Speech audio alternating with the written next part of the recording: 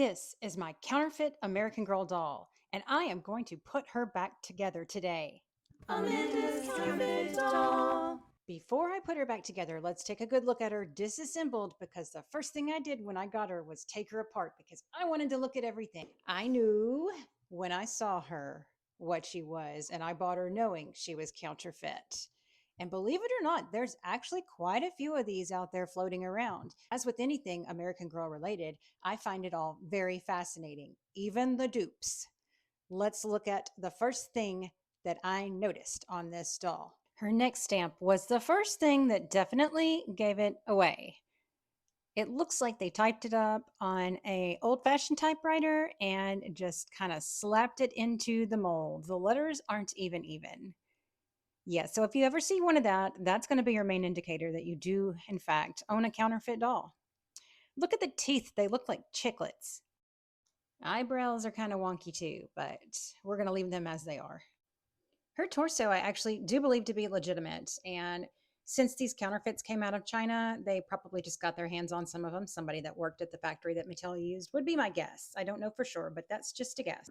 It's very interesting because the tag inside the torso is from that era where you can look inside of the torso to find the numerical and letter code to tell you what month and year your doll was made in. And she does have that inside of her, but as you can see, no number and no letter was punched out. And now that I'm looking at this, I notice that it has the American Grill misspelling on the tag. So I'm actually thinking that these were probably discarded seconds from the factory once they realized they were making tags that said American Grill on them. Now here we see her incredibly crunchy and crusty wig that came with double-sided tape attaching it to the head. So classy. I am going to wash it and see if I can make something out of it and put it back on her. And no, you are not seeing things. That is indeed green polyfill inside of her torso. That was a choice. So these eyes are very cheap, but what concerns me more than that is that fur that's growing on the inside of the pupil there. So these are going to hit the trash. And where her tension cup should be in her torso and in her limbs, these button things with this cord that was double strung was in there. So I'm going to replace that. So I am going to clean her. I'm going to wash the wig and see if I can make some kind of sense out of it.